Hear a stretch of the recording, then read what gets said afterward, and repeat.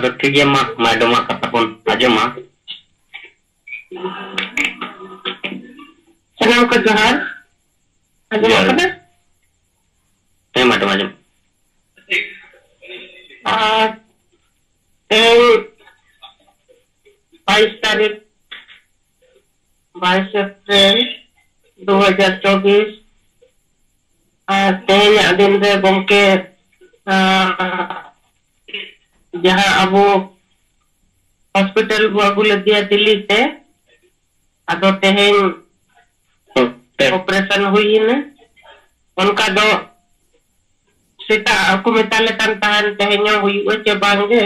Operation अजा जांच को कंप्लीट बाय हेजा कना उना जहाँ टेस्ट लगी लेबल भेजा का अनिमो कना तो आजमो कना मैडम अडी बेस। हाँ मैडम आजमो कना अडी बेस। हाँ तो सीता वाले अडी दुबितरे ले ताहे कना अगर एंतरी हो टाइम दो कमेंट की डॉक्टर को की अडी तो बाबू लेटा प्राय के जो तो टेस्ट को ठीक गे हेजा कना और इना माने रिपोर्ट पर नेल काते कमेंट के तेहेन दो अमा 10 बजे लेका खबर ले जाम के आके तेहेन दो तीन ऑपरेशन हुई गया उनका काते कोई दिक्कत ने 11 बजे लेका और 12 बजे खट के आको को कभी तो को एहब के ऑपरेशन रे और 4 बजे 4:15 बजे लेका आईसीयू को शिफ्ट के दिया आईसीयू को शिफ्ट के दिया और 4 घंटा का ऑपरेशन हुई ने और जहाँ के आको लगाव रे आता है कना को लगाव के दिया और सक्सेसफुल ऑपरेशन हुई ने और एक कते आईसीयू को शिफ्ट के दिया और शिफ्ट करते टाइम तो खबर को एम लिया ये ऑपरेशन सक्सेसफुल हुई ना तो मैं थोड़ा देरी बाद आपे नापम दाड़े आपे मिमिट थोड़ करते और उनका कहता आईसीयू रे मिमिट थोड़ को इदी के लिया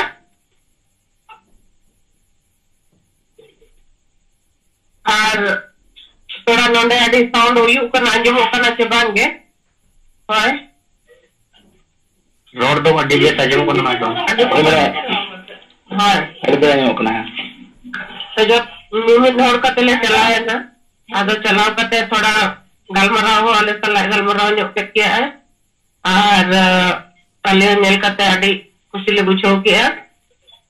तो ठीक ठाक गे मेनाया और मेताले कना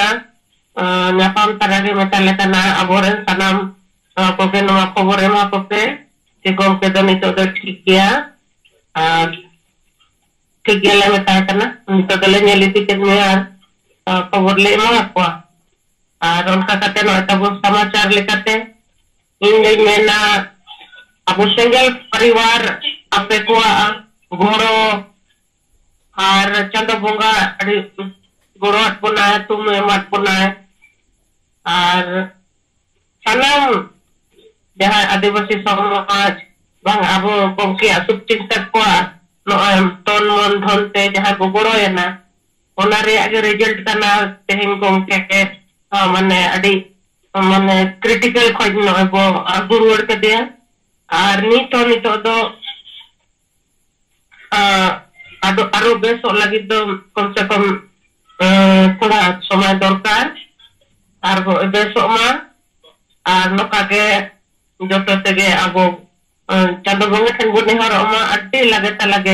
कंप्लीट बेसो मा और अभी तला रे हिजु मा और नोए दे उन्ने दाड़े नुने गोड़ो गोपड़ो उन्ने पारिवारिक भावना जत्तो को गली ᱧᱟᱢ केआ आदो ओना लगे सनाम को के सिंगल परिवार और जहां सिंगल परिवार रे बको साबिले तने मन खाना बो गोड़ो रे मन आपको सनाम को के आले से खोज अडी धन्यवाद और गोके हो सुरे तरह के ᱧᱟᱯᱟᱢ रे हो आपे जतो को आगे अडी माने कुली के लिया है और मैंने अडी चित्तर जो पले सना मोड़ में ना पामा इन जैसे कनांग जैसे ना बस करते ओटी को दिन जो कना तो ना एकदम के नीत के जून दाला पे तंगी नीत के खबर में को पे कि होय गम के दे से ना मनते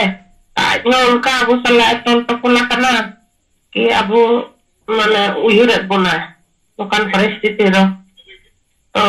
दौड़ाते सनम को गट्टी माने गुण माने साधाव और जोहार और धन्यवाद माने सनम को बोलते के अर्थ तो बुआ माने आशीर्वाद जहां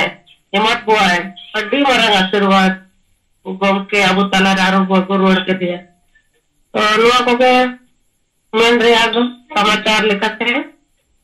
और गप्पा गप्पा में को ते पाडर चल लिखा है माने रिको बरी हुयुक कना मोरिया ओना अनुसार अपडेट मन रे चेष्टा लिया पे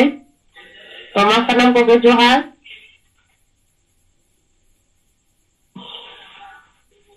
अडी अडी सराव मैडम कथा को बन आजम के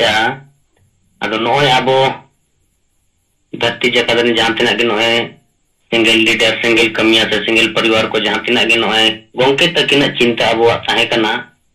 कि लागे से लागे नुकिना ऑपरेशन को सक्सेसफुल मा नपाय ते नुकिन किन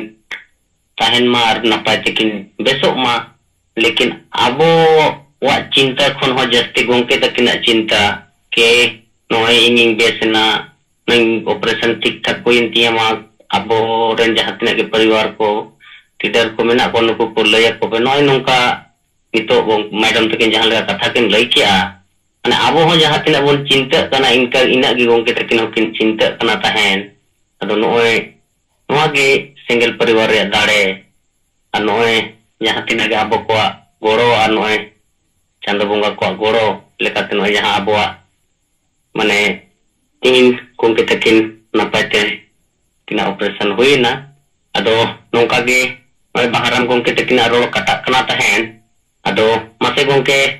नितो दो आबेना नितुम को ᱧᱟᱢᱚᱜ ᱠᱟᱱᱟ माइक हो बाय उदू कना तहन और रोड को आजमो कना तहन कभी कटा कना तहन तो मासे चेक को लास्ट दबी बाय पुरोल ना तबे